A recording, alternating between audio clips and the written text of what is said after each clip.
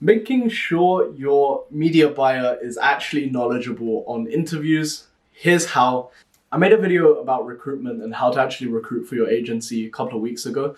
So check that out first before you watch this video, or actually watch this video first and then go to that one. Basically, in that video, I cover over like exactly the kind of signs you should be looking for.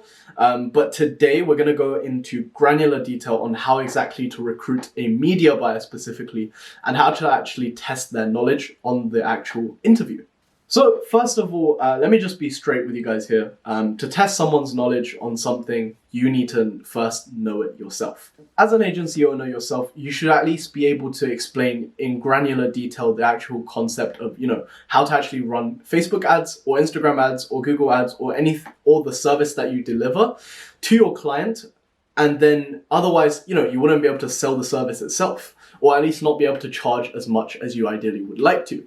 And also, when you're interviewing a media buyer for your agency, without knowing the answers to the questions, there's no way if you can tell, if they're BSing you or not, essentially. So rather than me sitting down here and giving you an exact list of questions on, oh yeah, okay, cool, ask them this and da-da-da, and to test that, you don't even know what kind of responses you're looking for. That means they could literally sit there and lie to you with a straight face and you will hire them.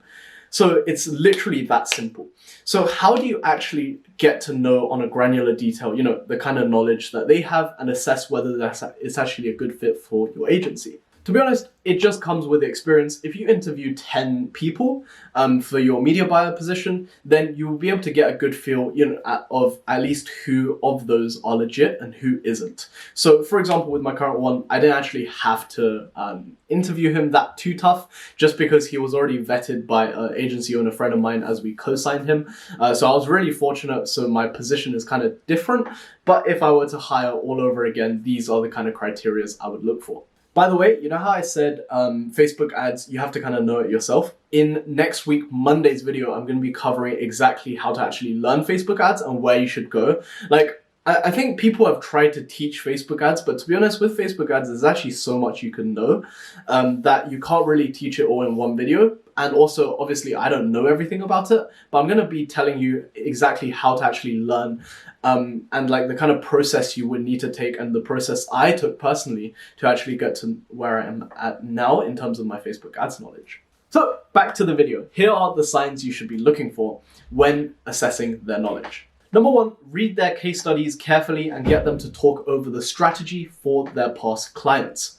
And to be honest, if you know even a little bit about Facebook ads, after reading the case studies and getting them to talk over the case study and the kind of strategies they use, you should be able to get a feel of, what kind of processes they like and, not what kind of processes they like, whether they're kind of like a knowledgeable person or not, at least theoretically. Now, practically, ideally, you want them to get them to share screens with you on the call and go through their business manager. And because what that tells you is, they can't fake those results, and make sure you get them to refresh it, because otherwise they could just inspect element on all of the elements of the page and basically just edit everything. So make sure to get them on the business manager, get them to walk you through, all of their past clients, things of that nature, the kind of ad spends they were doing and what kind of thoughts they had behind each ad. And, if they were writing copy for it as well, even better, get them to talk you through the kind of process and the kind of how they tend to hit the emotions with their copy. Another question that I like to ask media buyers is what kind of issues did you run into servicing clients in the past? So what I mean by that is, it's all good having the client that, had 50,000 emails in their email list and a bunch of existing traffic already for you to retarget. And obviously your campaigns are going to be very, very profitable for them. But let's say, with the non-ideal client, maybe they had less creatives than normal clients, or, their website just wasn't converting, things of that nature. What was the problematic clients that you had in the past, and how did you actually tackle those issues within your agency? Or not within your agency, within your service delivery. So, for example, one of the most common excuses for a lack of results is literally their website just wasn't converting. And, in that situation, yes, it's technically not the media buyer's fault and it's technically not the fault of the agency. However, you should you're looking for people who are going to go above and beyond when it comes to service delivery for your agency. So the types of answers that you want to look for here when, they bring up this excuse that, their site, their web store just wasn't converting. You want to look for answers like, yeah, so the site wasn't converting. So what we did was I went in and did a really deep audit of their site and, gave them some really, really tangible improvements that they can make. Either they would outsource it or make it within themselves in-house to really improve the conversion rates of the site. And eventually, we were able to significantly increase the return on ad spend for that client as well. So that would be something like the kind of answer that you would ideally look for. So what you're essentially looking for here is they present you a problem and they give the solution and what they did to solve the problem as well. Another excuse is, sometimes a lot of companies out there, when they get into Facebook ads initially, they just do not have the creatives to kind of back that up. And there's not enough creatives for you to split test. So the answer that you're looking for here is, oh yeah, so, my old client, they just didn't really have the creatives necessary. So what we did was we came in, gave him a whole spreadsheet of different ideas for creatives, and in massive detail, for example, oh, I want this, I want a 30-second video of this is what's going to be contained in it, and it's going to be in this aspect ratio, blah, blah, things of that nature. Or I want a static image ad with a background of this, and then your product on here. Things like that would really help in terms of actually giving them a guideline on what kind of creatives that you would want.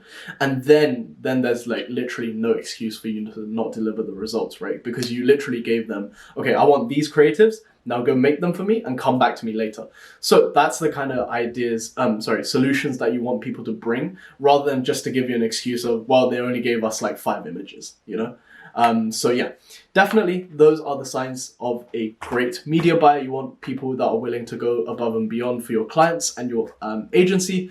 So yeah. Also, lastly, to be honest, there's no better way than testing someone's knowledge than actually giving them some ad budget to play with. So after they check all of the previous boxes, if you have multiple clients with high ad spends right now, what I would do is just bring them on board as an employee, give them some access to, run some test ads for your clients, and then see how well they perform and pit them against your own team's results currently or your own results.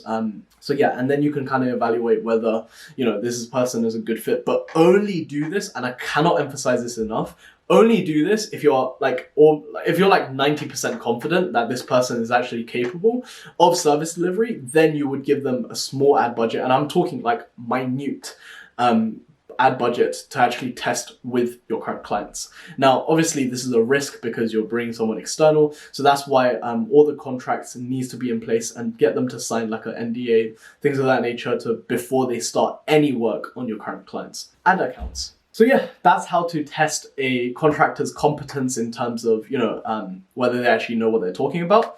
So if you have sat with me all the way to the end of this video, thank you so much. My Instagram is right here. I do free coaching Monday live on my Instagram, 7 p.m. UK time. Check that out if you have any questions for me, and leave them in the comments below if you don't really want to follow my Instagram or if that's not something you use.